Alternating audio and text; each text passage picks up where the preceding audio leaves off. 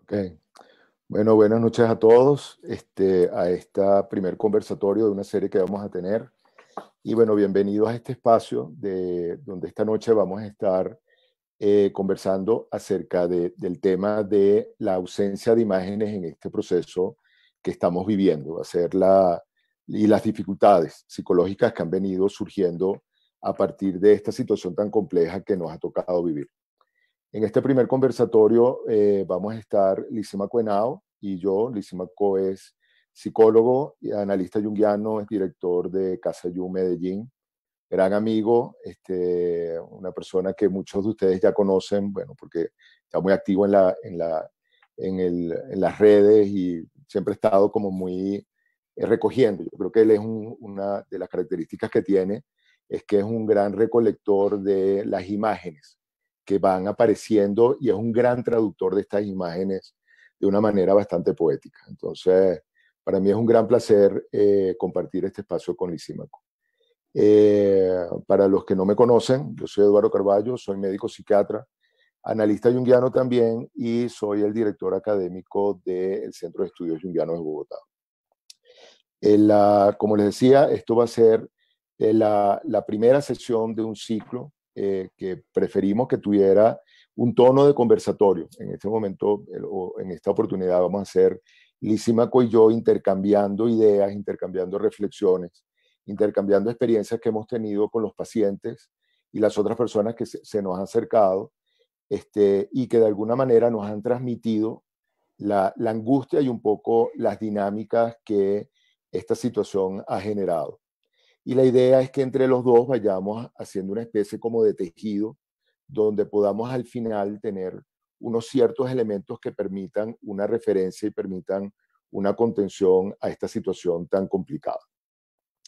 El llamamos al conversatorio, a esta serie de conversatorio, imágenes que emanan del vacío, porque algo que hemos visto desde el principio es cómo la misma situación, lo extraño de esta situación, nos pone un poco en contacto con el no tener un catálogo de imágenes internas que puedan acompañar esto.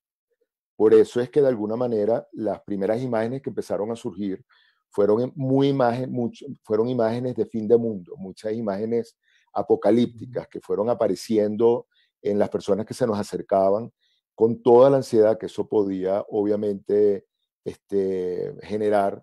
Y a partir de ese momento lo que ha sido una constante y lo que hemos visto es cómo la psique le cuesta mucho, dentro de la parálisis que está viviendo en lo individual y un poco en lo colectivo, que se generen imágenes desde adentro.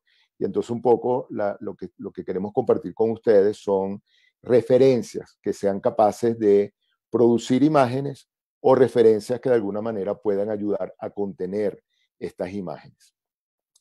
Como conversatorio, queremos que sepan que ustedes también es importante, para nosotros es importante la interacción de ustedes, pueden estar interactuando a través del chat de las páginas de Facebook. Hay un grupo de apoyo los va a estar acompañando ustedes, recogiendo las inquietudes, preguntas, comentarios que puedan tener para en un momento determinado abrir la discusión con ustedes, por llamarlo de alguna manera, y poder hacer ya entonces un intercambio entre nosotros dos y los que estén participando. Entonces, bueno, bienvenidos a todos. Como les decía, para mí es un gran placer estar con Lisímaco esta noche.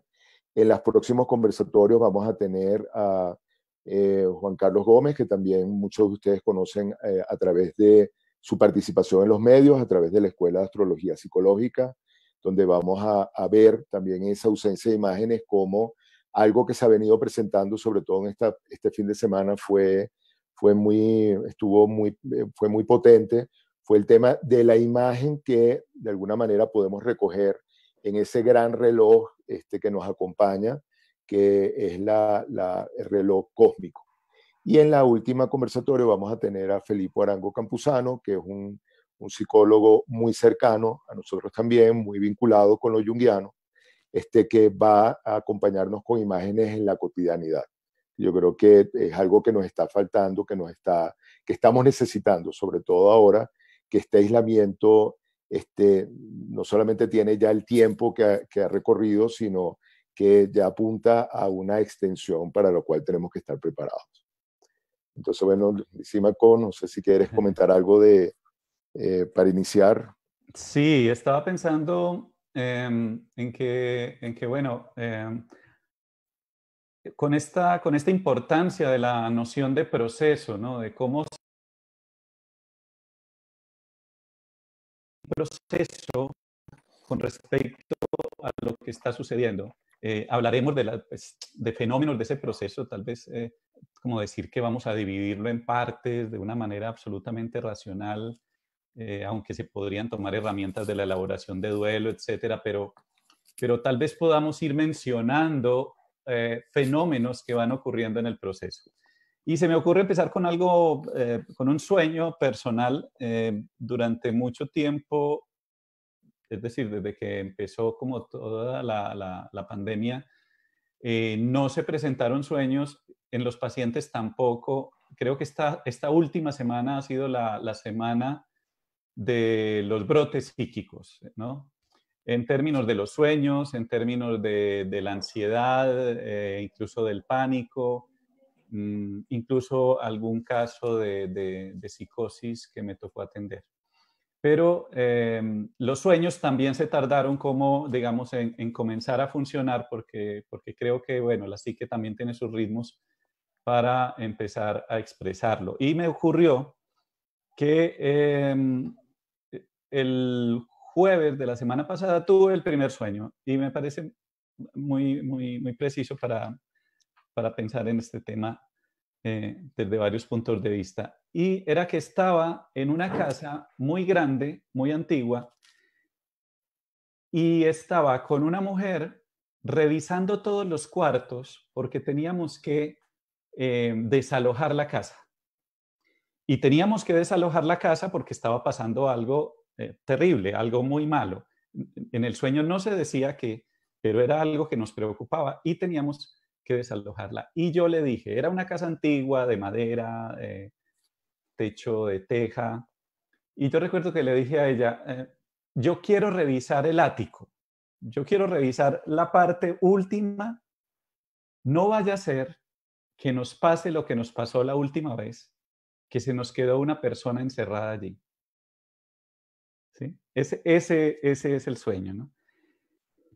Y lo que he alcanzado a mirar de ese sueño que esa última parte me parece muy llamativa. No vaya a ser que nos ocurra lo que ya nos pasó la última vez. Como si de alguna manera la psique estuviera diciendo que esto no es la primera vez eh, que nos ocurre. Para la psique, simbólicamente, esto ha ocurrido ya muchas veces en la vida individual y también en la colectiva. De hecho, tengo aquí a la mano un relato del diluvio maya que es precioso. Es decir, tenemos las imágenes míticas, arquetípicas de lo catastrófico, de la cercanía de la muerte, de las consecuencias de la devastación, por ejemplo. El mito que tengo acá empieza, la gran serpiente fue robada, ¿no? Me parece muy bello el mito, ¿no? Y por eso vino el diluvio. Pero mi sueño me parecía como que me decía, bueno, la última vez que te ocurrió esta catástrofe, algo se quedó sin resolver, ¿no? Algo se quedó atrapado.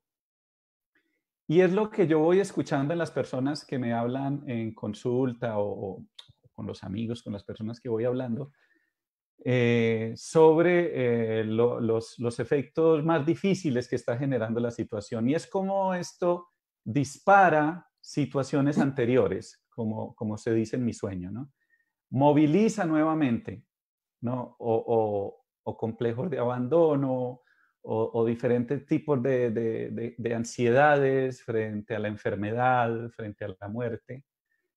Pero es un proceso, ¿no? Se da en un proceso.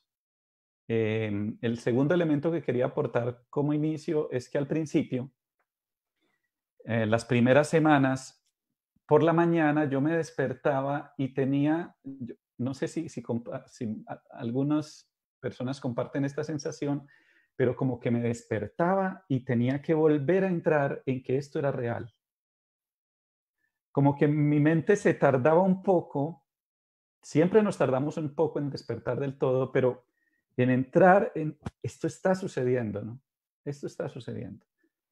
Pero creo que el proceso de escuchar, de revisar las imágenes, de anotar los sueños, de conversar, de acompañar también de la soledad, ha ido un poco como, bueno, como permitiéndome entrar, salir de esa penumbra de una cierta negación también que creo que está en la base. Esas dos experiencias quería como empezar a contar como para mover un poco, porque me parece que la del sueño sobre todo me pareció una imagen muy, muy llamativa. Ujú. Fíjate, hay algo bueno, que para mí va a ser muy importante y creo que va a ser lo que va a enriquecer esto, es también que vayan ustedes viendo cómo Lisímaco y yo tenemos dos estilos un poco diferentes. Como yo les decía, aquí el poeta es Lisímaco. Yo soy un poco más racional, tiendo a buscar un poco más la estructura. Entonces yo creo que entre los dos va a ser como rico como ir armando esto. Fíjate, algo que yo creo que hay mucha gente que ha hablado de la importancia de encontrarle un valor, un aprendizaje a lo que estamos viviendo.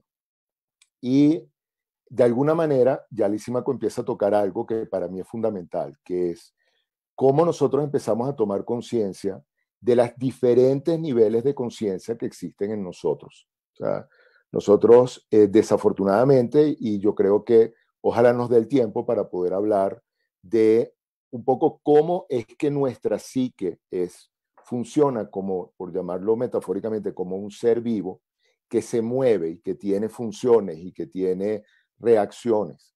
Y cómo lo que hemos estado registrando los analistas o las personas que estamos como acompañando procesos es como ver cómo estas diferentes dinámicas y funciones se van activando, se van moviendo en un momento determinado. Entonces yo creo que lo primero que nos toca, que nos asalta, es el darnos cuenta que tenemos diferentes niveles de conciencia.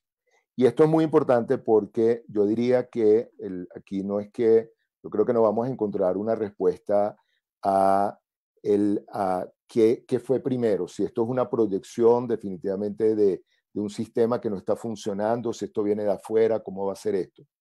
Pero de lo que sí lo podemos ver, y que es muy importante verlo de esa manera, es como un síntoma que nos está hablando.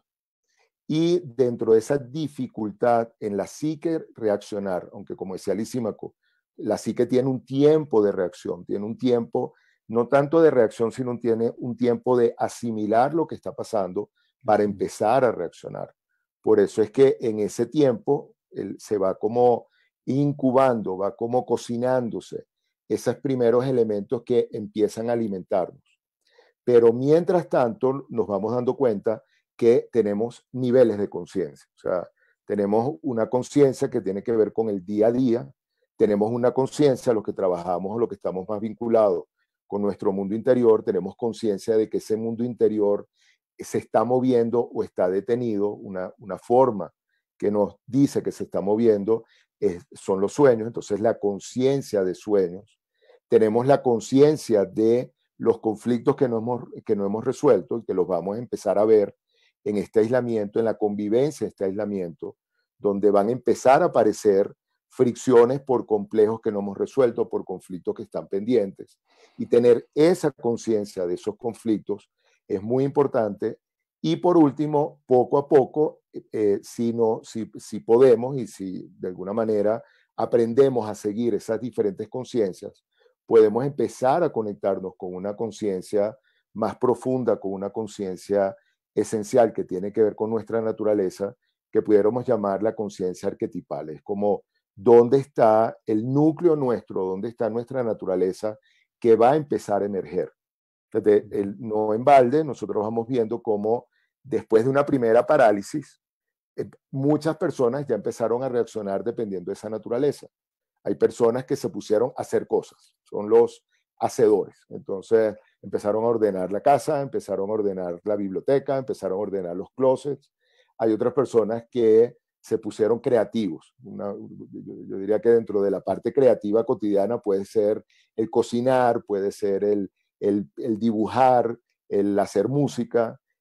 Hay personas que se pusieron cuidadores, entonces inmediatamente salieron grupos de atención, grupos de apoyo, grupos de acompañamiento, y vamos viendo cómo esa naturaleza que estaba allí, muchas veces escondida, de alguna manera empieza a activarse a medida que va pasando el tiempo.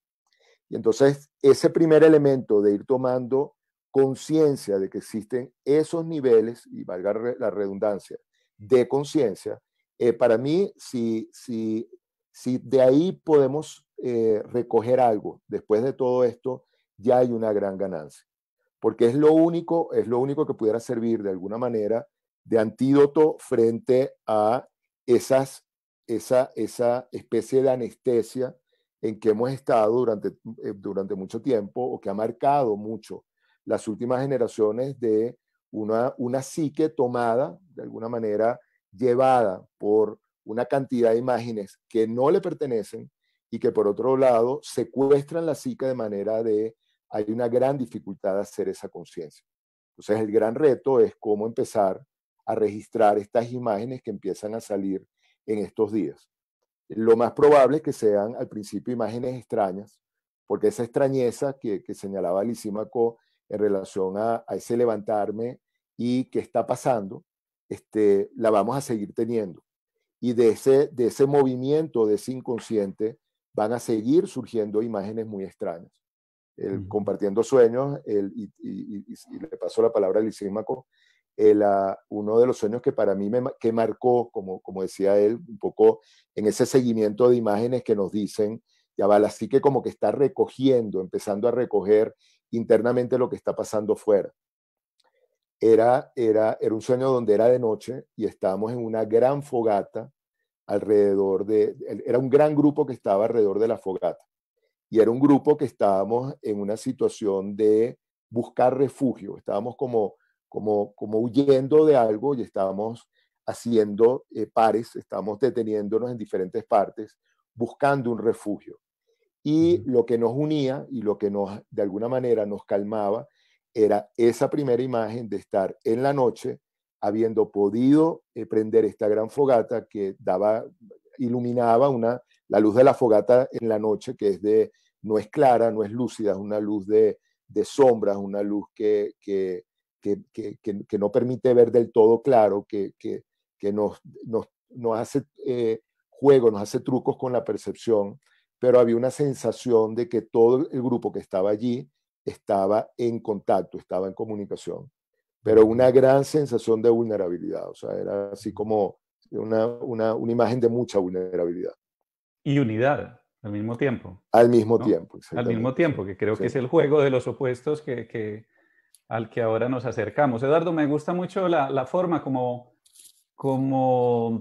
percibes el tema de los niveles de conciencia. Yo incluso los llamaría más que niveles, estilos de conciencia. Porque creo que actualmente se corre el riesgo de crear otra estratificación más para dividirnos con unas teorías que hay de niveles de conciencia, como de gente más evolucionada que otra y tal, que creo que es importante aclarar, porque eso nos va a permitir incluso la autoobservación, de que estamos hablando como de las perspectivas conscientes, ¿no?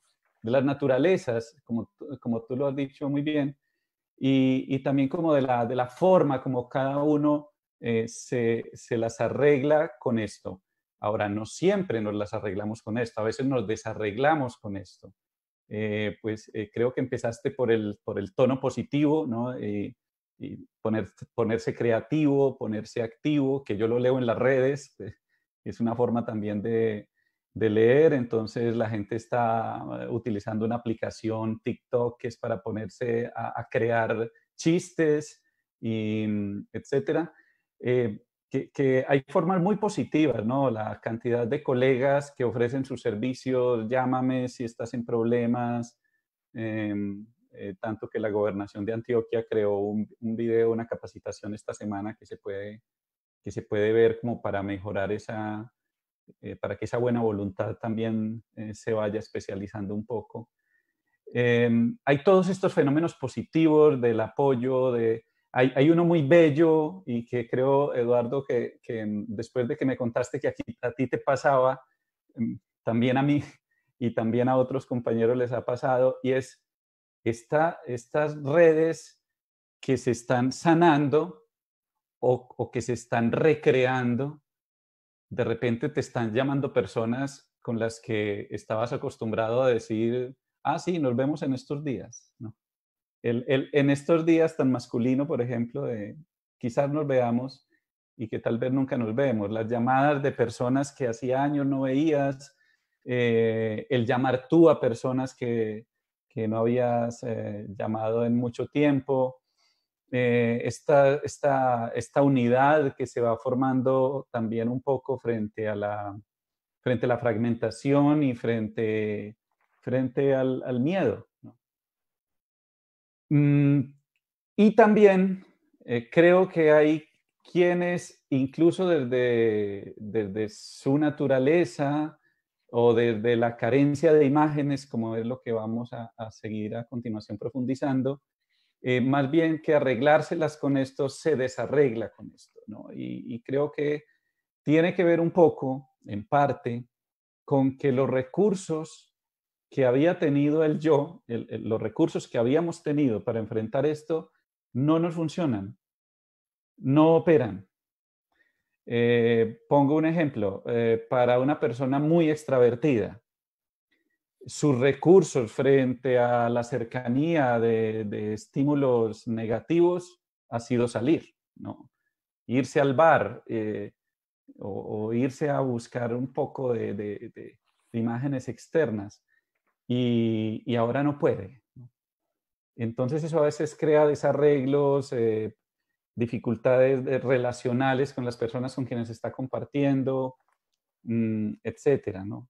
Entonces, como me parece interesante como que sigamos profundizando en cómo estos estilos de conciencia, estos niveles de conciencia, se las arreglan con lo que sucede. Ah, hay un nivel de conciencia que creo que habría importante y hay que negociar, es el corporal, ¿no? Claro. Porque hay muchas personas que van a arreglarse o a desarreglarse con esta situación mediante el cuerpo. Ujú. Y esto es importante y no tiene que ver con que le dé el virus o no le dé el virus. Otras manifestaciones corporales, donde también es una forma de conciencia y de lo que se trata con cualesquiera de esos estilos es cómo podemos atenderlo, ¿cierto? Cómo podemos relacionarnos con nuestra propia forma de vivir, de percibir esta realidad. Va totalmente con algo que publicó una amiga ayer y que estuvimos comentando, y es un meme que dice que si no sales de esta crisis con un libro escrito, con una nueva Ujú. empresa, con 10 libros leídos, entonces no es culpa de la situación, sino que has sido un indisciplinado. Y decíamos, un momento, o sea, eso no vale para todo el mundo, ¿sí? Porque es un juicio muy duro para aquellos que lo van a hacer de otra manera. ¿Cómo podemos apoyar a los que lo van a hacer de otra manera y no se van a leer 10.000 libros, ni van a crear una nueva empresa, ni otras personas tienen otra sensibilidad y tienen otra manera? ¿Sí? Magnífico quien salga con una nueva idea de negocios o, bueno, como se quiera llamar esto después de acá, ¿no? Pero creo que en ocasiones también tendemos un poco a colonizar, a generalizar con ideales de lo que debería ser el resultado de la crisis, ¿no? Ujú. Y un poco estamos hablando de una psicología que puede acercarse a ese proceso de individuación y cómo cada quien construye individuación Ujú. en la situación, ¿no? Y yo creo que eso que estás comentando tú creo que es muy importante porque tú estás señalando dos cosas que para mí son fundamentales, ¿no? Uno es no idealizar, pero por otro lado es cómo tenemos la oportunidad que nos da la vida en cada situación de poder ver dónde estamos y poder, en relación a la psique, viéndolo como ese animal extraño que se va moviendo, que se va desarrollando, ¿qué nos dice esa psique?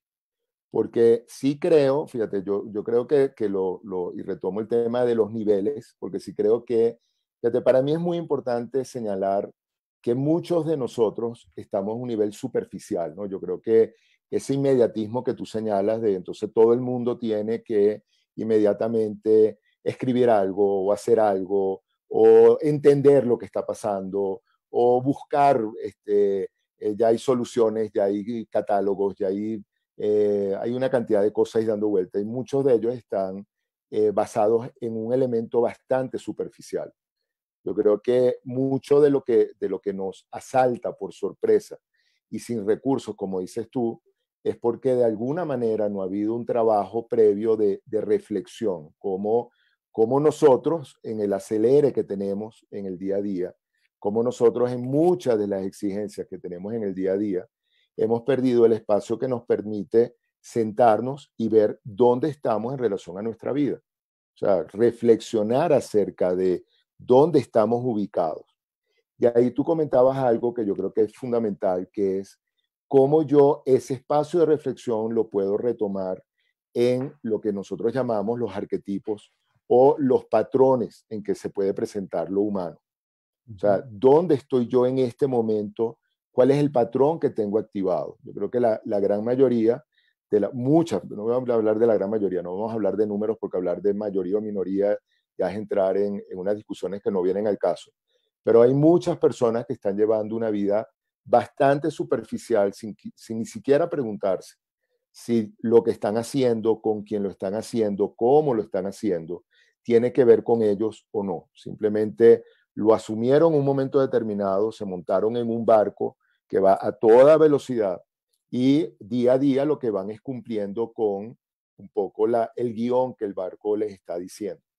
Entonces sí creo que es un momento donde nos está obligando a detener ese barco. Ya la gran mayoría no puede salir en el barco, aunque hay cantidad de elementos, lo estamos viendo en los colegios, en las universidades, como el barco se para, pero la universidad o el colegio quiere seguir, entonces sigue mandando estímulos, sigue mandando tareas, sigue mandando de una manera aparte totalmente sin límites, porque ahora ni siquiera tienen el límite del horario o del malestar del niño o del joven que le dice, oye, pero estás mandando mucho, ni siquiera tienen eso. Entonces, es como quien manda, manda de esta manera como sin conexión. Entonces, yo sí creo que la no conexión y la superficialidad es un síntoma de nuestros tiempos que tenemos que atender. Yo sí creo que hay una necesidad de profundizar en lo psíquico. Y ahí entramos en algo que es muy interesante de lo que tú comentabas, de el cuerpo como simplemente el esqueleto que me mueve hacia un sitio determinado o que me protege o donde de alguna manera se construye el refugio donde yo habito, pero como en el trabajo con el cuerpo y en el trabajo con la psique y en el trabajo de reflexión se empieza a desarrollar lo que podemos llamar el cuerpo psíquico. Es un cuerpo que está conectado con lo psíquico, que se emociona, que de alguna manera reacciona de una manera mucho más orgánica a ese tema superficial de acción-reacción, ¿no? Entonces, me van a cerrar el mercado, entonces yo tengo que salir corriendo a comprar 2 cajas de vino porque es la reacción. Van a cerrar las vías, entonces yo tengo que salir corriendo por un lado porque a mí no me van a agarrar por acá. Entonces hay un tema permanente de acción-reacción que en esa inmediatez no permite que se construya como sí, que se permita una cierta reflexión que traiga imágenes y que traiga contenidos más psíquicos. Yo creo que esto que nos pasa, que nos está pasando como humanidad en este momento, ya nos había pasado antes, pero en la desconexión con ese mundo arquetipal y mitológico, perdemos la conexión. Y paradójicamente, aparece el otro tema, que para mí es muy importante lo que estamos viendo y en lo que podemos desarrollar en el día a día, que es la conexión entonces con el presente. O sea, como yo, a pesar de lo que está pasando, sigo viviendo en un presente. Y ahí es muy importante esa tranquilidad que se puede dar entre eso que estoy viviendo a un nivel de mi naturaleza y como comentabas tú, Lisímaco, en relación a las fortalezas y herramientas que el ego ha podido construir. Entonces vamos como, bueno, en el presente, ya no es la lancha con motor fuera de borda que va a todo volumen, sino en el presente vamos una especie como de velero que se va moviendo según los vientos y según las corrientes que hay. Y que lo que toca como un capitán de velero es de repente ajustar en un momento determinado el timón y bajar las velas y ponerse a esperar. Sí, claro, Eduardo, pero Eduardo, me parece muy bello eso. Y no sé si estás de acuerdo, me parece como que podríamos empezar a tocar el tema arquetipal, porque cuando mencionaste lo de van a cerrar los supermercados y entonces corro a comprar todo el vino, todo el papel higiénico que pueda, o van a cerrar las vías y entonces me escurro. A mí lo que me llega es como la mitad del mito del héroe, como hacedor, como pícaro también. Ya sabemos que el héroe y el pícaro allí se contaminan muchas veces, y Ulises, por ejemplo, era un héroe, pero también era un excelente tramposo. Porque creo que ese estilo heroico fue uno de los primeros, o es uno de los primeros que emerge. Ese estilo heroico es uno de los primeros que emerge frente al miedo a la muerte, por ejemplo, o a la enfermedad.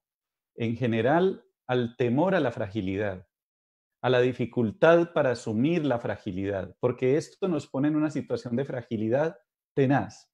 Sí. La reacción del yo, la primera, es investirse del arquetipo que más conoce, que es el heroico.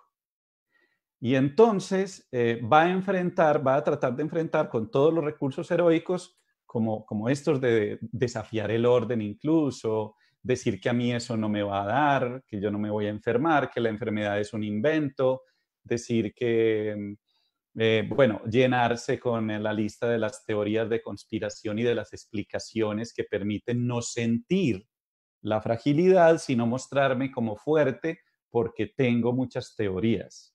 Como tengo tantas teorías, miren qué heroico soy y no tengo miedo, ¿no? Entonces, yo llamo a eso el estereotipo del héroe, no el arquetipo del héroe, porque el mito completo, la saga completa del héroe, nos dice que después de lograr muchísimas cosas, después de subir la montaña, el héroe acepta que tiene que empezar a bajar.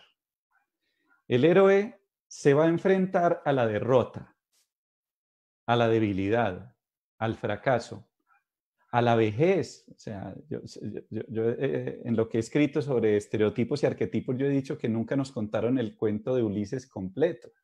Nunca nos dijeron que Ulises murió viejo. Es decir, murió en estado de fragilidad. ¿Sí? Entonces, me parece muy interesante lo que dices, como la conexión que mencionas, ¿sí? Como el yo, por supuesto, no vamos a abogar porque desaparezca el yo, estaríamos completamente locos y estaríamos llamando a la locura. No, es muy importante que el yo, que el ego tenga sus fortalezas, que las siga teniendo, pero tiene que ponerlas en relación con la otra parte del ciclo, el asumir la fragilidad, el asumir que, oye, podemos ser derrotados, o sea, Sí. es real, por más que digamos que de esto vamos a salir transformados, que el capitalismo se va a acabar, que a veces me parece nuevamente heroísmo de primer ciclo, de primera fase, creo que, oye, tenemos realmente que detenernos. Y un paciente me decía en estos días, oye, yo sí me estoy deteniendo, yo no me he leído un libro, yo no voy a escribir un libro, yo me estoy deteniendo, estoy viendo cómo es no hacer nada.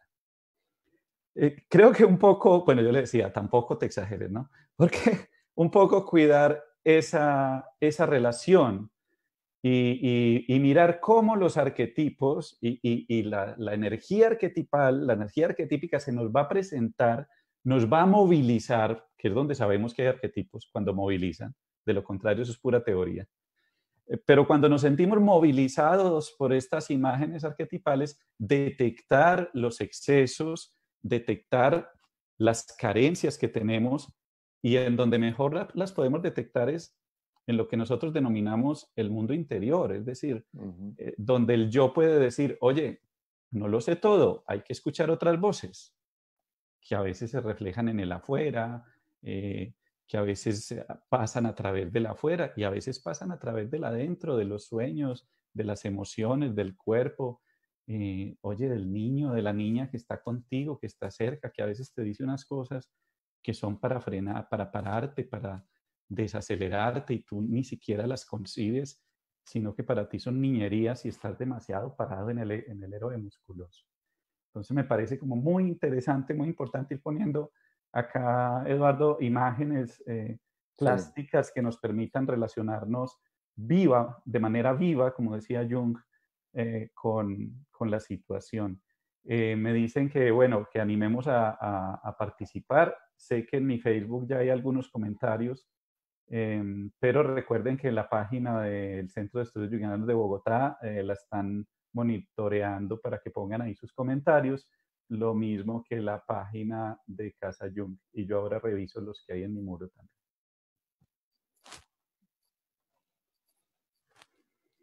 Juan Vamos a Carlos o mirar Felipe, ya. no sé si tienen, Ajá.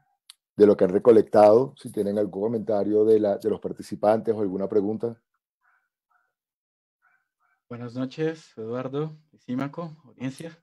Hola, muchas Eh, gracias por esa labor, gracias Felipe. por sus intervenciones, hasta ahora han sido espectaculares. Tenemos una audiencia, ustedes no la ven, pero tenemos una gran audiencia y muy calurosa y muy curiosa.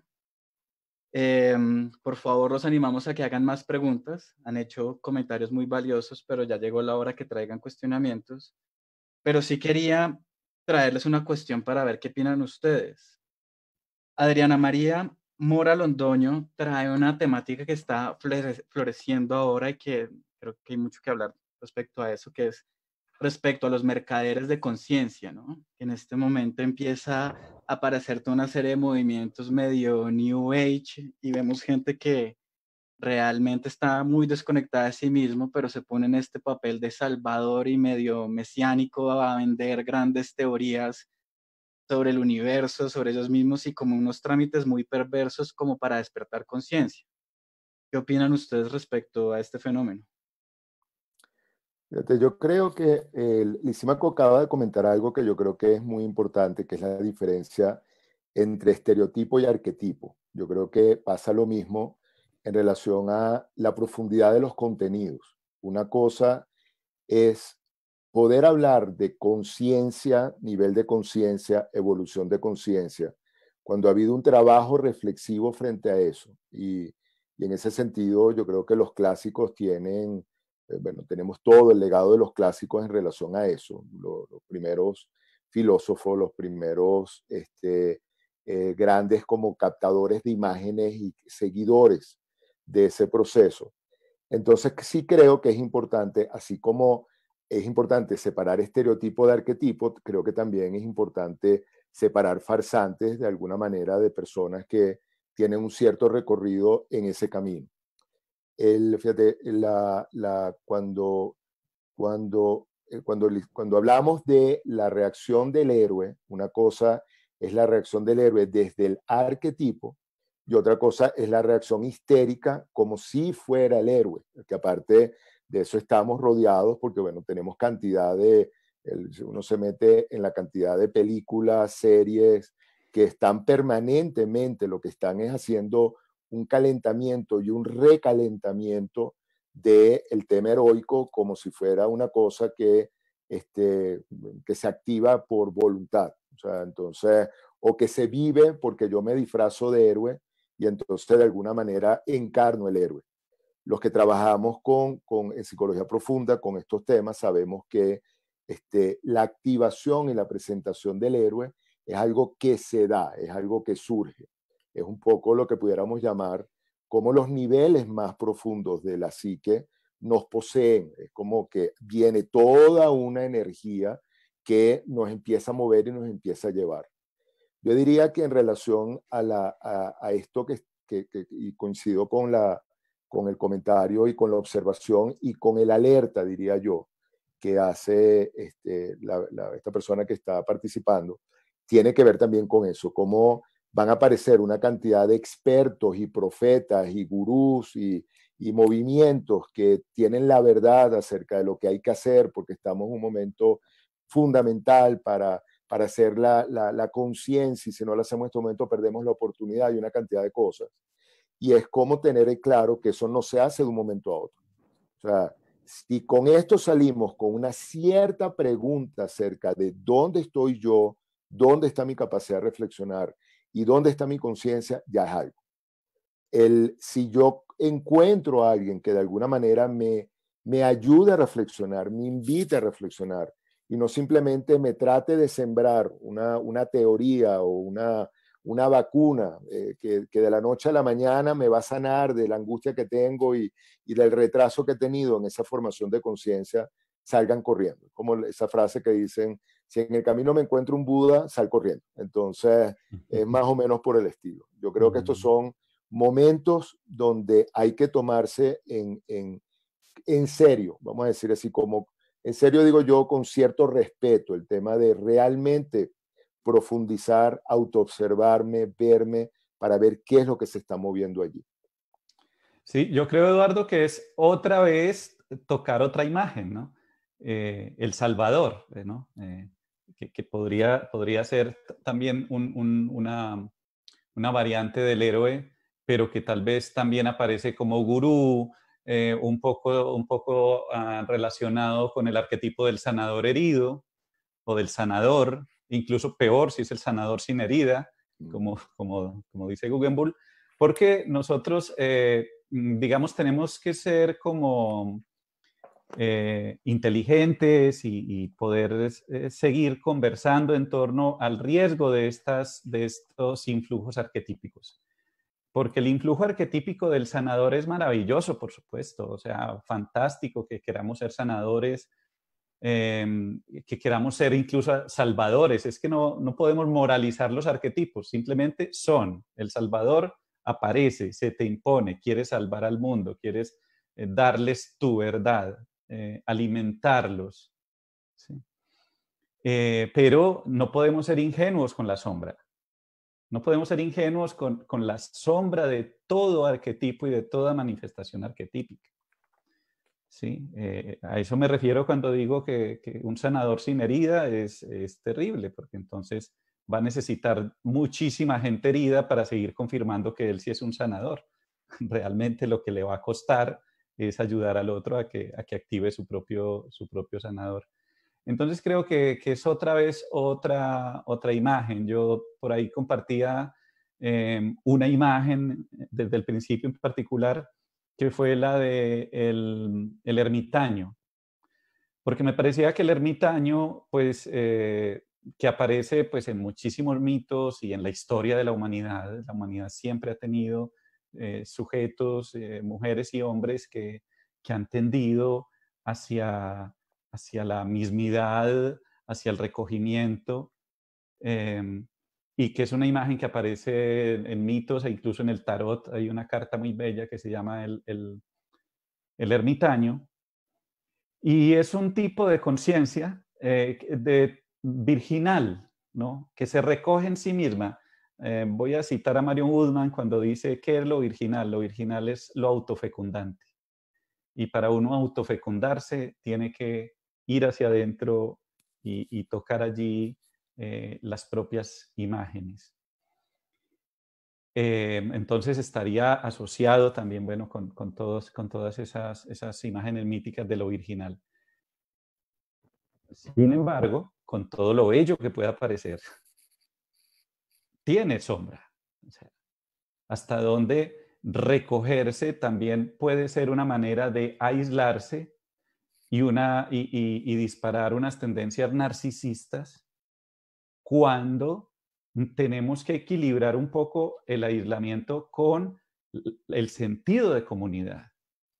Si no nos podemos olvidar de la cantidad de personas que la están pasando muy mal, que no tienen los recursos para quedarse en casa, entonces o arriesgan la vida o están en problemas económicos muy graves. Es decir, que otra vez, ¿cómo podemos percibir el movimiento? Esto me parece básico, Eduardo, ¿no? Sí, Es cómo puedo observar el movimiento. sí. Porque lo que genera la polarización es pánico. Sí. El pánico es un síntoma de esa polarización no percibida. No, y creo que fíjate que en esto que estamos hablando del acompañarse de las imágenes es muy importante porque poder ver el aislamiento desde el ermitaño te da un contexto desde el cual nuevamente se puede construir, hay un sentido a ese aislamiento. Sin embargo, tomando lo que decíamos como que esto es un proceso, esa sensación inicial de huérfano, que también es una imagen, la vamos a ver a lo largo del proceso. Un poco antes comentábamos un poco más temprano, cómo cuando empezó todo, habían unas imágenes apocalípticas de fin de mundo, donde activó el arquetipo del huérfano en cantidad de personas. Y creo que esa imagen es importante porque, aunque no tranquiliza, bueno, saberme yo que la imagen de la orfandad existe en la humanidad desde que el mundo es mundo y está en todos los cuentos y está en mitos y está en todo esto. Bueno, saberme huérfano es importante porque en el proceso va a seguir ocurriendo eso. Hablamos como a medida que van pasando las semanas, esa imagen apocalíptica de repente ha bajado un poco, pero entonces ahora empiezan a venir las imágenes de las pérdidas y las muertes ya más cercanas. O sea, Cercanas. hace dos semanas, los muertos estaban contabilizados, para mí eran anónimos que repercutían, pero de manera anónima. Desde hace 2 semanas, un poco menos de 2 semanas para acá, ya empiezan a haber muertos y empiezan a haber personas allegadas que empiezan a tener muertos por la situación. Y entonces nuevamente entramos en la orfandad y nuevamente otra vez aparecen imágenes que la psique nos empieza a pedir que le demos como una cierta, así como un cierto algo del que se puedan agarrar. Entonces, sí creo lo que comentas tú, que tener claro como un catálogo de imágenes, entre las que está, y creo que es potentísima, el ermitaño, es fundamental para poder llevar esto. Porque generacionalmente, y como señalabas tú, esto lo podemos ver ontológicamente perdidos en el mundo, en la historia de la humanidad, o lo podemos ver en nuestra biografía o en la biografía de nuestra generación. Y en nuestra generación, nosotros, las imágenes que están surgiendo son imágenes muy raras.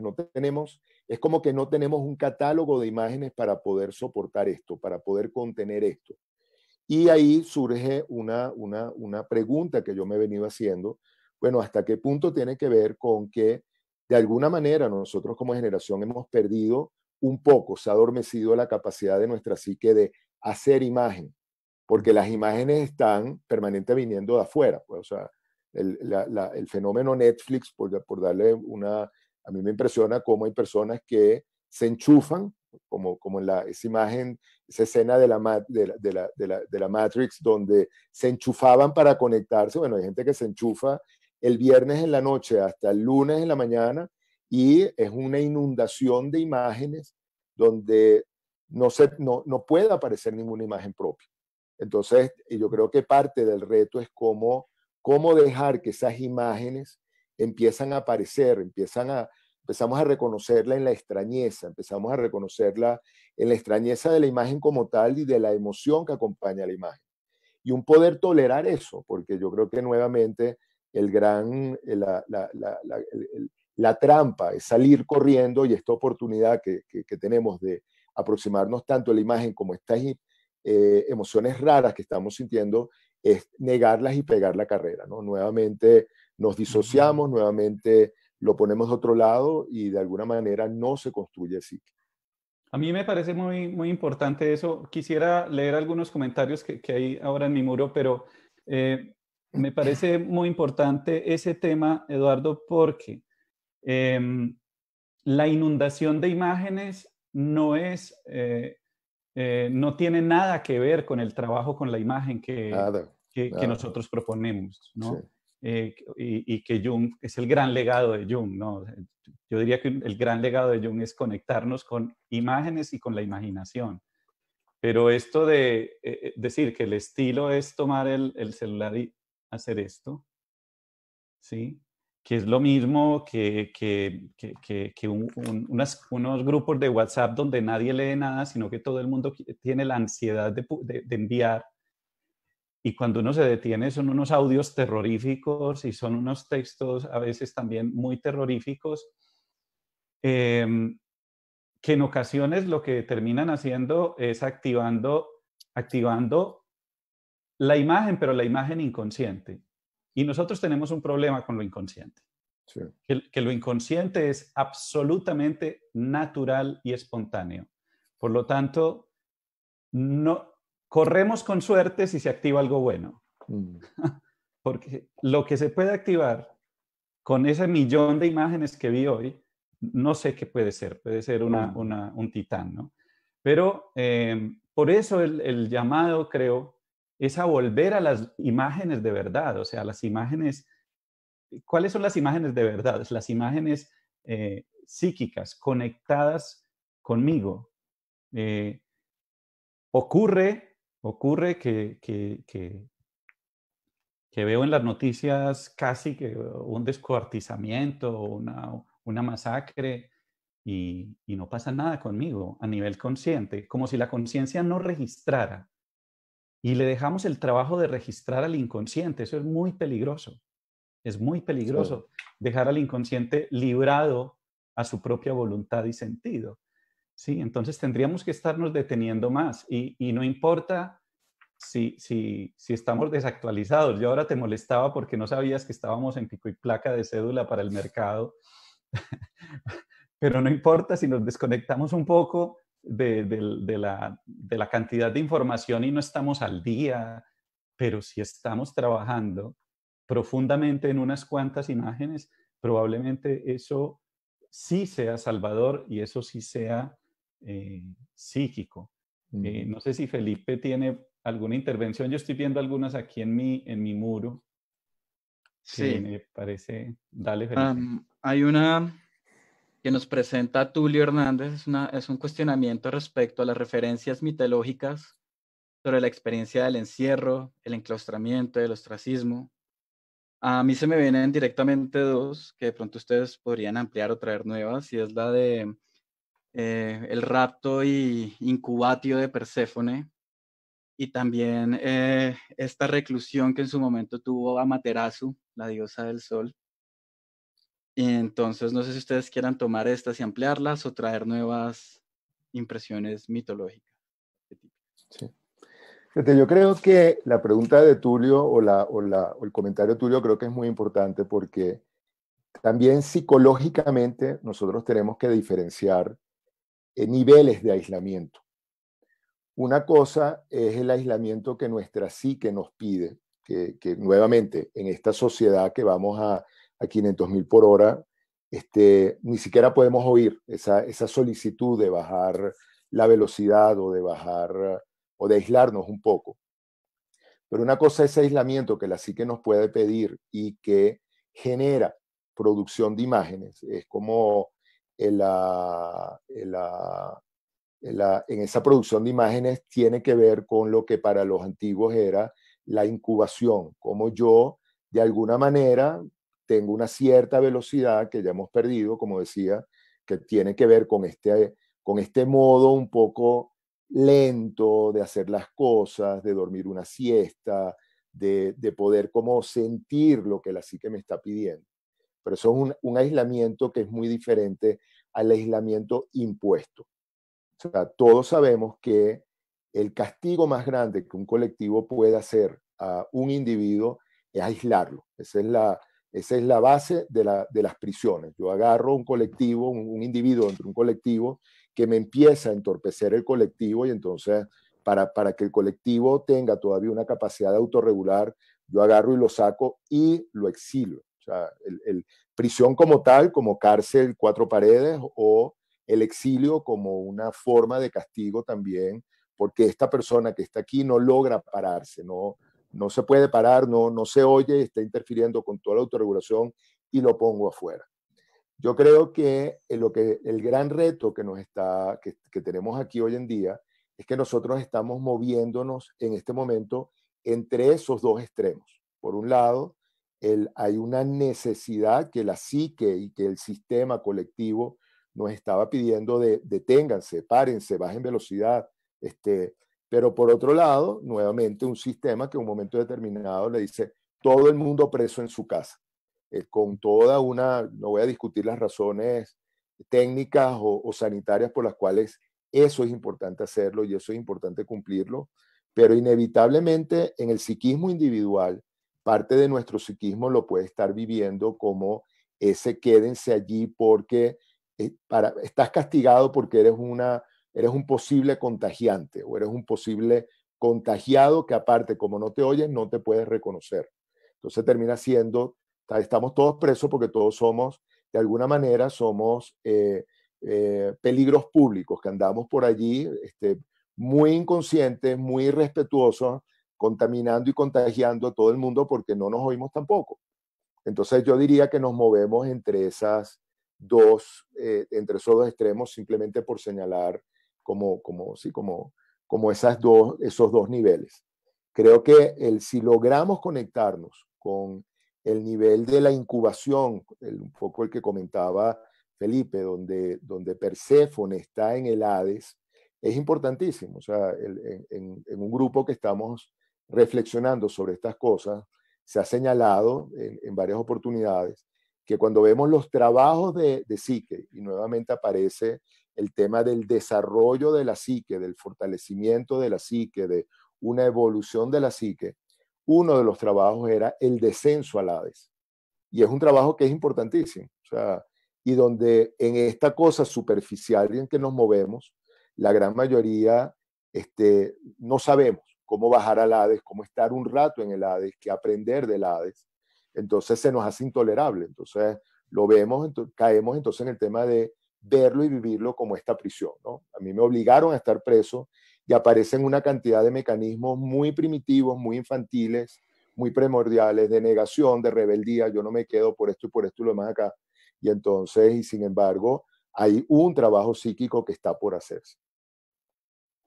Sí, yo pensé en términos de incubación, pienso también en Rapunzel, pero me voy por otra parte, ¿no? Me voy por el tema de que Rapunzel está encerrada debido a que hubo una falla fundamental en el origen, en todo el tema de lo materno y lo paterno también.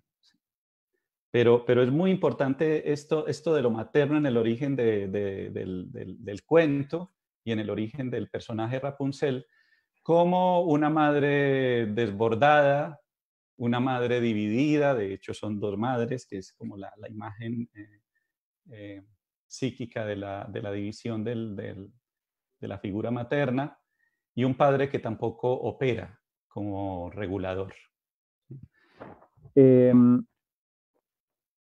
Y ella tiene que permanecer en esa torre por un tiempo y permanecer, de hecho, con el aspecto más negativo de la madre.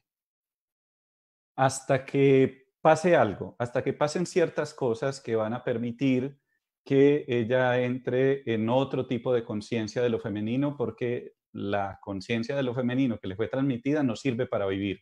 Entonces, mejor que esté encerrada. Es preferible que esté encerrada si esa conciencia para la vida no es útil para vivir, ¿no? Y un poco por ahí quería tocar como con el tema del llamado colectivo y también, pero también, además, muy importante, individual, a una reflexión profunda sobre nuestra relación con la madre, con la gran madre. ¿Sí? No quisiera deslizarme hacia donde a veces nos deslizamos tan fácilmente en este occidente cristiano, que es hacia la culpa. No lo quiero ver desde la culpa, no quiero ver que estamos siendo castigados. Creo que me gustaría más verlo como que estamos viviendo una experiencia una experiencia de relación con la naturaleza que aún no habíamos vivido. ¿Sí? Bueno, que los delfines y los tiburones se estén acercando a las playas y estén en Venecia y bueno, pero también que ya está volviendo a bajar la temperatura del planeta, estaba muy caliente, está volviendo a enfriar un poco. Eso tiene que repercutir en mis imágenes, es decir, eso es una imagen para mí. Tiene que ser una imagen para mi vida individual también. Por supuesto, también para la colectiva, y tenemos que seguir presionando para que los foros internacionales y los que tienen poder global tomen decisiones frente a la Tierra, pero creo que eso también hace imagen en mí. James Hillman tiene una frase tremenda cuando habla de la depresión como pandemia, ¿no?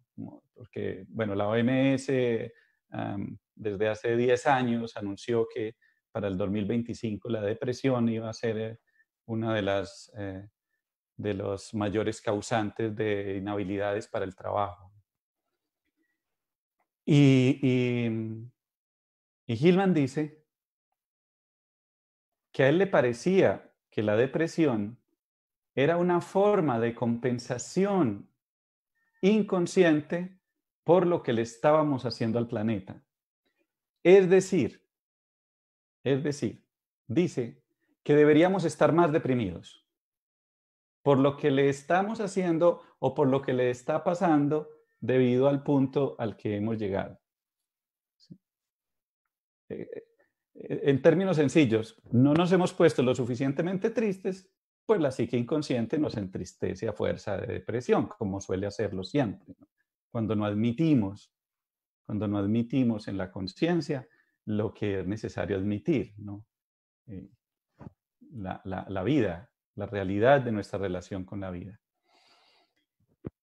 Pero más allá de que yo no sé qué influencia yo pueda tener en el foro de Davos, yo no sé qué influencia pueda tener yo realmente, pero yo sí sé que yo tengo un papel en la forma como yo me relaciono con la basura que produzco, ¿sí? En primer lugar, para ponerlo externamente, pero internamente también, yo soy una naturaleza, yo soy planeta, yo soy un sistema natural que también exige autorregulación, como le exige el planeta. ¿Y de qué manera yo estoy violentando eso? ¿De qué manera yo estoy violentando entonces la relación que debe existir entre mi psique más mental, más racional, más utilitaria, mi pensamiento económico, mi forma de vida a través de esta economía, etcétera, y mi propia corporalidad, mi propio ritmo vital y los cuerpos que me acompañan y los cuerpos y el cuerpo de la familia y el cuerpo de los amigos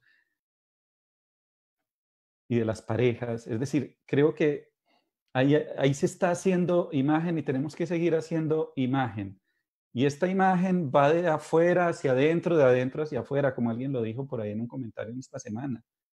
Sí, por supuesto. O sea, no creo que sea exclusivamente la afuera como una proyección mía, porque eso sería otra vez una especie de inflación. Creo que la afuera también existe, pero es imagen para mí. Y creo que ahí hay que hacer un trabajo también, porque me parece que estos cuentos, estos mitos que arrancan con una dificultad fundamental de la relación con lo materno y el origen, no solo están hablando de Edipo y de complejos individuales con la madre, sino del arquetipo que está detrás, ¿no? de lo grande materno, tal vez.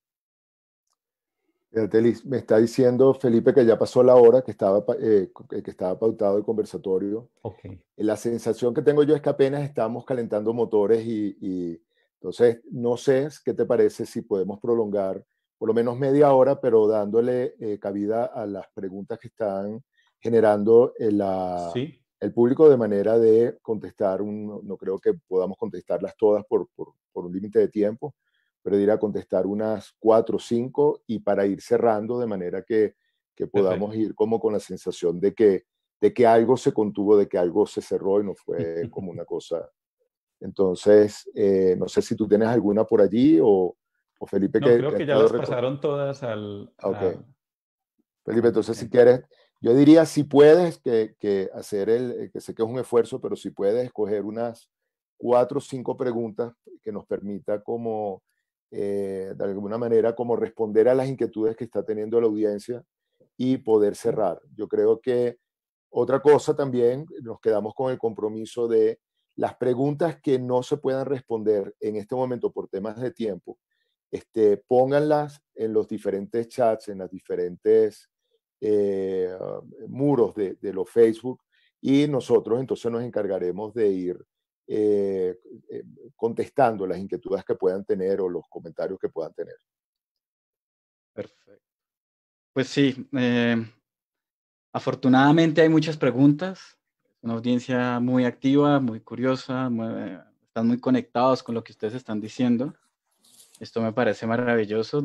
Desafortunadamente sí, no creo que podamos contestarlas todas, pero trataremos de darles alguna forma de resolución. Angélica Ojeda hace una pregunta más como de naturaleza un poco más práctica y ella indaga sobre cuál sería la mejor. No tenemos que buscar que el arquetipo de cada uno aflore, es decir, los arquetipos ya están aflorando. Creo que lo que yo sugeriría es em, abrir ese espacio en nuestras vidas para observar cómo aflora, para observar cómo lo hace y qué le podría faltar. ¿Sí? Porque el asunto es que el yo es un filtro y el yo está tan acostumbrado a funcionar de una determinada manera que filtra ese mensaje arquetípico, esa energía, esas imágenes, y puede dejar por fuera otras, ¿no? ¿Sí? Y podemos captar cuando nos hacen falta más imágenes porque estamos en estado de malestar. Es un estado de malestar general. No quiero decir que algún día el malestar se va a eliminar de la vida humana, pero estamos en el proceso, como decía Eduardo, estamos en el proceso de ir atendiéndonos y entonces yo sugeriría eso. Ya tu situación arquetípica emergió, la tienes ahí en la forma como hablas, en lo que comentas, en lo que publicas, en lo que compartes, en cómo hablas con tu familia o no hablas, qué soportas y qué no, la irascibilidad que se dispara a veces, ¿no? Estas emociones difíciles o la tristeza y podríamos un poco como abrir espacios, conversaciones profundas con nosotros y con otros con la pregunta de qué será lo que le falta a esta energía que yo tengo ahora, ¿no? Pero atención, no para evitar, si es un momento de tristeza, pues tal vez haya que vivirlo precisamente, Ujú. sino para que esa tristeza se vuelva realmente profunda, o sea, realmente te dé, no que te quite solamente, porque la tristeza algo nos quita, ¿no? Todo, eh, lo inconsciente también es ladrón, ¿no? Pero también para que te dé vida, para que te dé conciencia, para que te dé relación, para que te dé un poco de salud también. Se me ocurre. Yo creo que hay algo que es importante, es no tampoco caer nuevamente en la cosa idealizada de que tenemos que salir con algo de esta cuarentena. Como decíamos, por donde empezamos, lo comentaba Lisímaco al inicio, la psique tiene una velocidad y tiene unos tiempos en que empieza a moverse. Eh, Querer, o sea, lo podemos querer, pero una cosa es quererlo y otra cosa es que vaya a suceder.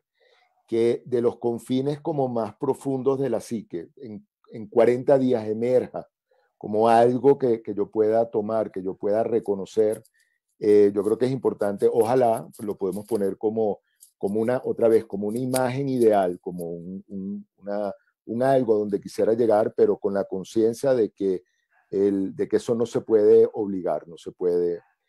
si se trata de recomendaciones de tipo psicológico, yo lo que sugeriría es pónganse a buscar los cuentos que les gustaban, pónganse a buscar mitos. Yo creo que buscar entre los cuentos y mitos que a mí me dicen algo, que me resuenan con algo, es una forma de aprender a conectarnos o de empezar a intuir cuál es ese arquetipo que está allí y tener imágenes que me permitan contener y que me permitan acompañarme en este tiempo.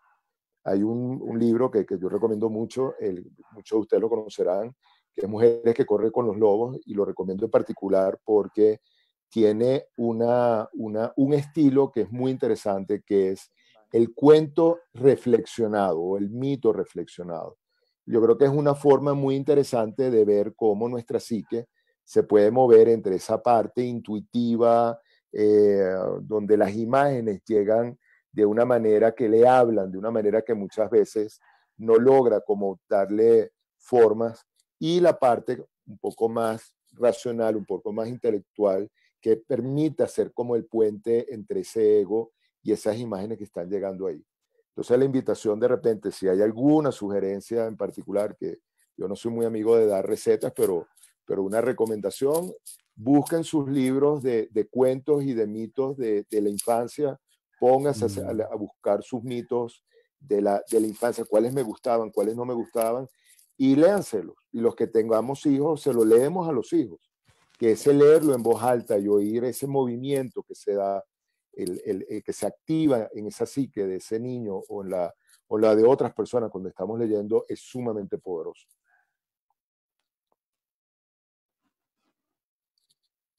Bueno, Eduardo Cárdenas trae una pregunta respecto a ¿qué consideran de la necesidad que podría tener el yo de abstraerse, desconectarse, aislarse y encerrarse, no solo del exterior, sino de su propio interior? Sí, es lo que, bueno, yo he nombrado esto como la evitación, ¿no? En cierta reflexión, me parece que no, las dos polaridades o como yo podría leer las polaridades de las reacciones, o sea, lo más polar, lo más opuesto en cuanto a las reacciones frente a este fenómeno, una de ellas es esa, la evitación, ¿no? La negación. Y la otra para mí es el pánico, o sea, como si la negación fuera un encerrarse, un aislarse incluso de sí mismo, entretenerse neuróticamente. Pero en el otro lado está el pánico, que es una inundación absoluta, incluso lo que me parece más peligroso, una inundación absoluta de imágenes que incluso a veces son prestadas. ¿Sí? Es decir, que incluso son imágenes que vienen de fuera, que son los gritos de terror de otras personas que seguro tienen que gritar y tienen que publicar sus cosas apocalípticas y tienen que publicar sus miedos y sus teorías, pero que no tienen que ser mi manera de vivirlo. Pero en este lado, en el lado de la negación, por supuesto, es una forma y puede ser parte del proceso, como venimos diciendo desde el principio. Es probable que alguien esté en la evitación, esté en la negación. Sí. No, tenemos que tratar de seguir trabajando en contra de estas categorizaciones y generalizaciones. Es un narcisista, es un evitador, es un negacionista. No, está en una fase y dependerá de cómo yo me acerque a él o dependerá del ritmo de su psique, como decía Eduardo. Está en eso. Los terapeutas a veces tenemos que soportar eso con los pacientes y no es fácil. ¿Sí? Yo digo que en ocasiones uno hasta sabe lo que el paciente tendría que hacer, ¿no? Entre comillas, porque nadie sabe lo que tendría que hacer otro, pero uno a veces tiene muchas ideas. ¿Cómo no se ha dado cuenta? O uno piensa, ya se dio cuenta, ahora sí. No, pero todavía no, porque tiene que estar ahí un tiempo. Algo que yo agregaría a lo que dice Liz, que creo que es muy importante, es estar muy atento a la capacidad que uno siente que tiene para contener. van a haber días en los que nosotros vamos a sentir que la situación nos está desbordando. O sea, ya no aguanto el encierro, ya no me aguanto, ya no aguanto la ansiedad, ya no aguanto. Hay algo que siento que en mí se está quebrando, que se está rompiendo. Y yo creo que ahí hay un ejercicio de humildad de poder solicitar ayuda, la que haya. O sea, acompañamiento, la persona que vive conmigo, la persona que me puedo comunicar a través de alguna... Si para algo sirven los medios, si para algo sirven, es para eso. Hay una cosa que yo comentaba cuando empezó esto, una cosa es estar aislado y otra cosa es estar desconectado. Yo creo que es muy importante que en esto que estamos viviendo, cuando sentamos que ya no podemos, bueno, buscar dentro de esa conexión quién dentro de mi catálogo nuevamente de herramientas, de personas en que yo proyecto una cantidad de cosas, me puede ayudar a sostener esto que yo siento que me está desbordando.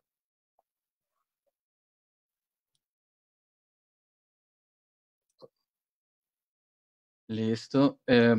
Inés Elvira Mejía pregunta, ¿cómo vio Jung momentos límites como la Segunda Guerra Mundial, que ha sido comparada con lo que vimos hoy como crisis? ¿Ustedes podrían encontrar una equivalencia entre la guerra y esto? ¿Qué diferencias habría entre estos fenómenos?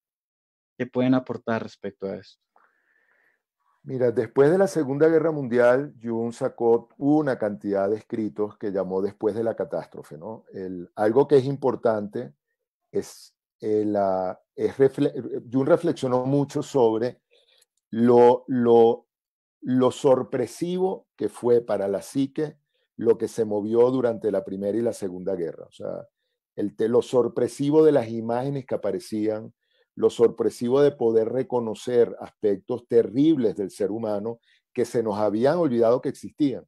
Porque como decíamos desde el principio, en nuestras mitologías de humanidad, esa crueldad, esa barbarie, esa capacidad de autodestruirnos está allí desde los principios de los siglos, de los principios de la historia y en la mitología prehistórica también.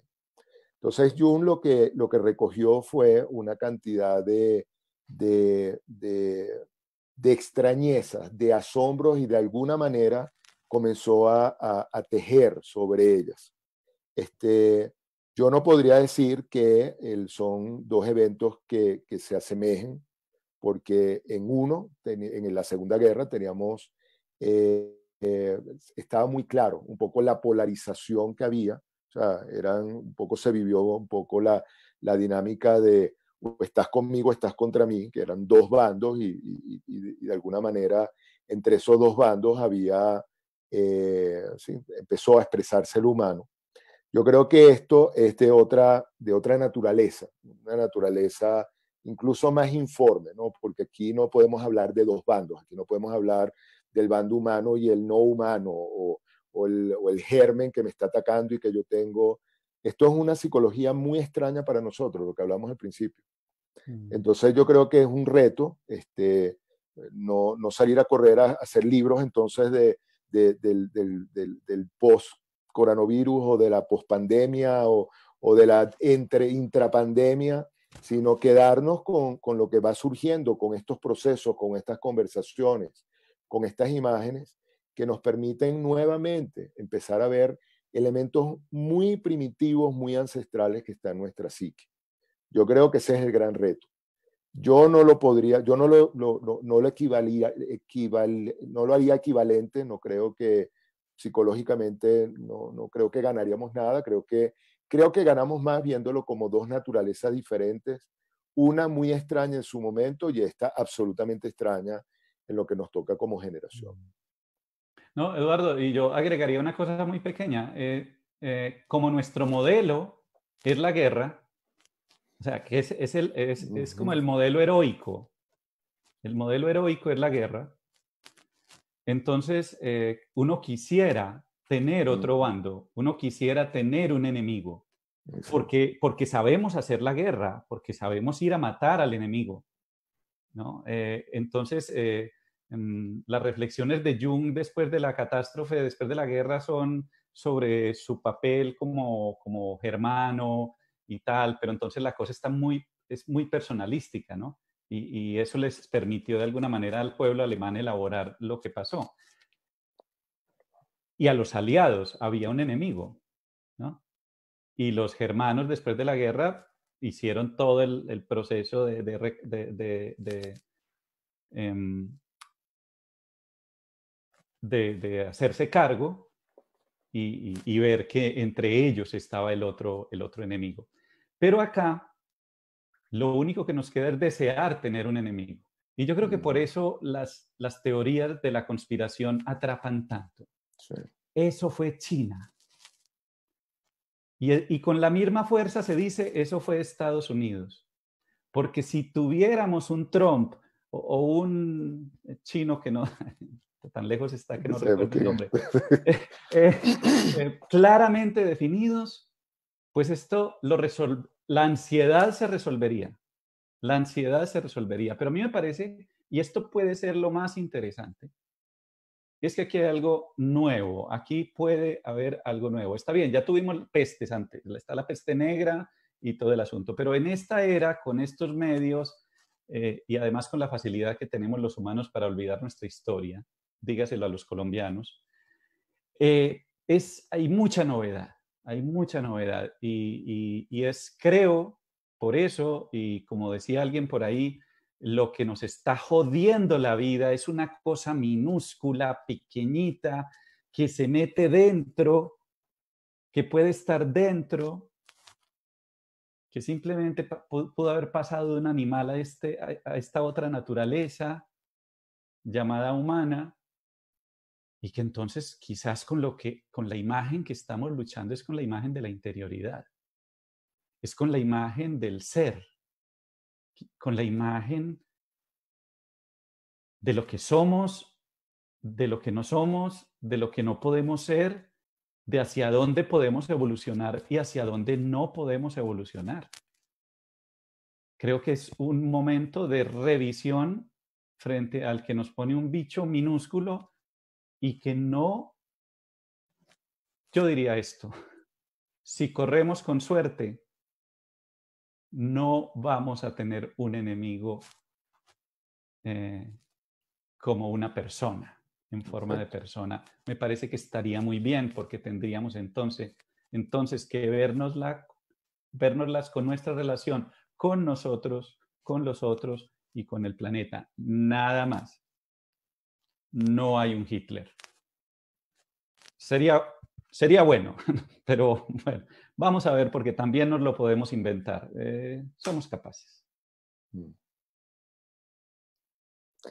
yo lo único que quería comentar era, en términos de mantener las formas y el contenedor, que creo que es muy importante en este momento, no por un tiempo crónico de que entonces dijimos una hora, hora y media, pero creo que mantener las formas es importante. Entonces, haciendo esa acotación, porque no es por lo saturnino del tiempo, que eso lo vamos a ver el jueves que viene con Juan Carlos, Con Juan sino Carlos. de las formas. Yo sí le pediría a Felipe que nos presentara una última pregunta para cerrar.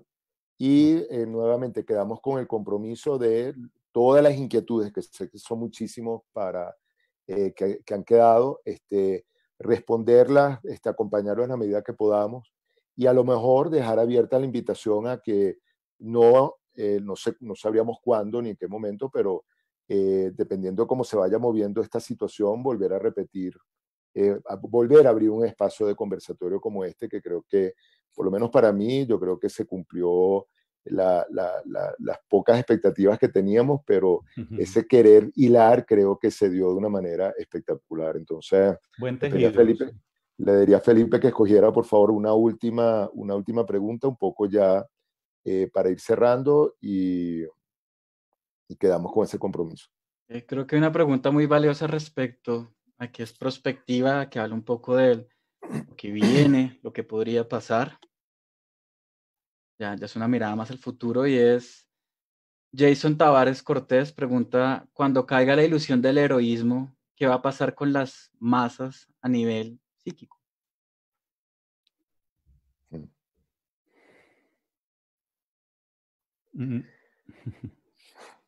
Fíjate, hay algo en lo que yo confío plenamente, yo no sé si es una deformación profesional por trabajar con la psique individual, es en la capacidad de autorregulación que tenemos los seres humanos. Lisímaco comentó algo que desafortunadamente no lo podemos desarrollar un poco más a profundidad, pero es cómo nosotros como individuos a la vez pertenecemos, somos partes de pequeños todos que se van en alguna forma como ampliando. O sea, nosotros como individuos somos parte de un todo que es una familia forma parte de un todo que es un barrio, que es un país, y así vamos de alguna manera como pudiéndonos ver o entendernos o vivirnos, experienciarnos dentro de este todo. Yo sí creo que si nosotros como individuos tenemos una capacidad de autorregulación, eventualmente yo confío que esa capacidad de autorregulación en algún momento se active. Una cosa son los tiempos individuales y otra cosa son los tiempos colectivos y otra cosa son los tiempos en la medida que vamos como expandiéndonos todos los tiempos son todavía más lentos y más extraños para nosotros. A lo mejor nosotros no vamos a ver el resultado de lo que se está activando en este momento. Y eso es importante saberlo y eso es importante cargarlo y eso es importante aprender a vivir con eso.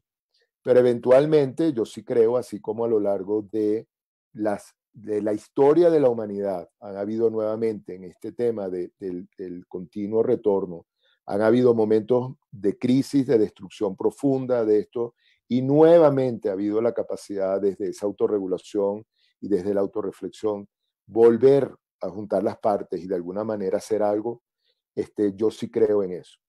Hay una pequeña parte mía, que es una parte también muy realista en términos psicológicos, que conocemos los aspectos sombríos y autodestructivos, donde puede que eso no suceda. O sea, nosotros en nuestra psique tenemos elementos autodestructivos que pueden aniquilarnos. Y si no, volteamos al lado y vemos la cantidad de personas aniquiladas en temas de adicción o en temas de violencia o en temas de una gran dificultad en contener una cantidad de elementos que vienen de adentro. Entonces, bueno, también yo diría que nos tendremos que preparar para eso, porque si eso es así, entonces a lo mejor sí lo vemos como generación. Entonces tenemos que estar preparados para esa sí.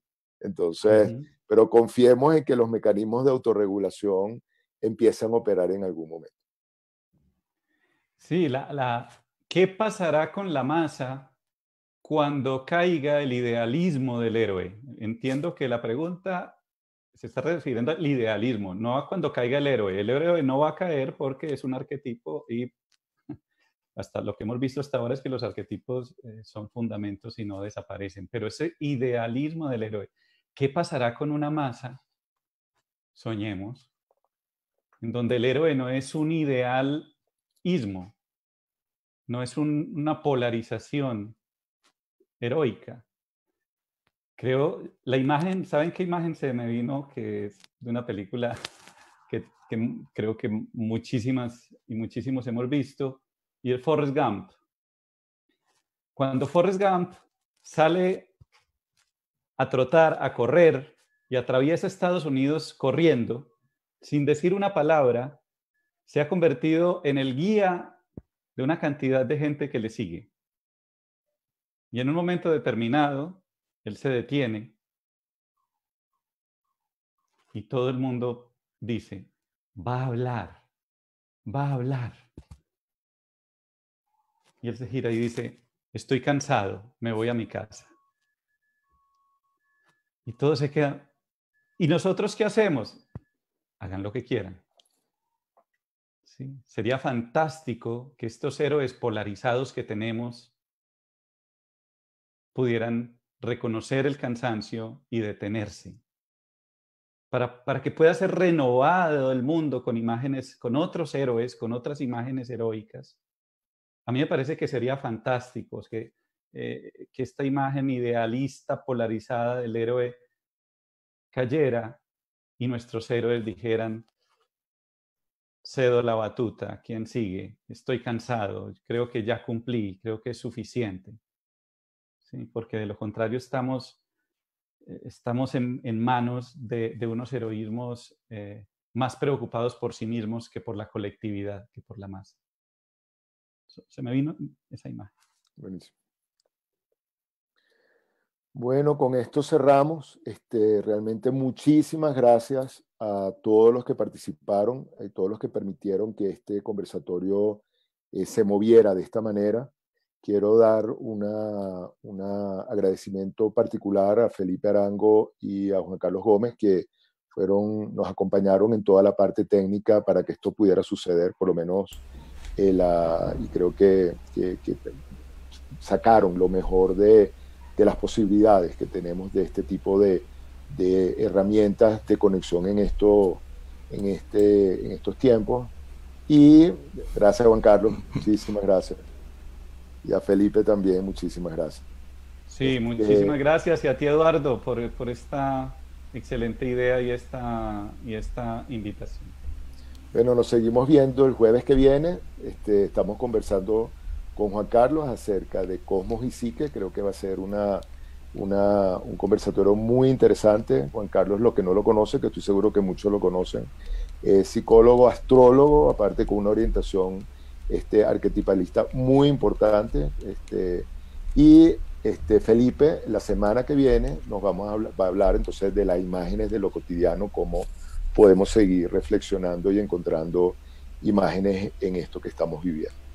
Bueno, todos muchísimas gracias, que pasen buenas noches y nos estamos viendo. Un gran abrazo. Gracias. Gracias.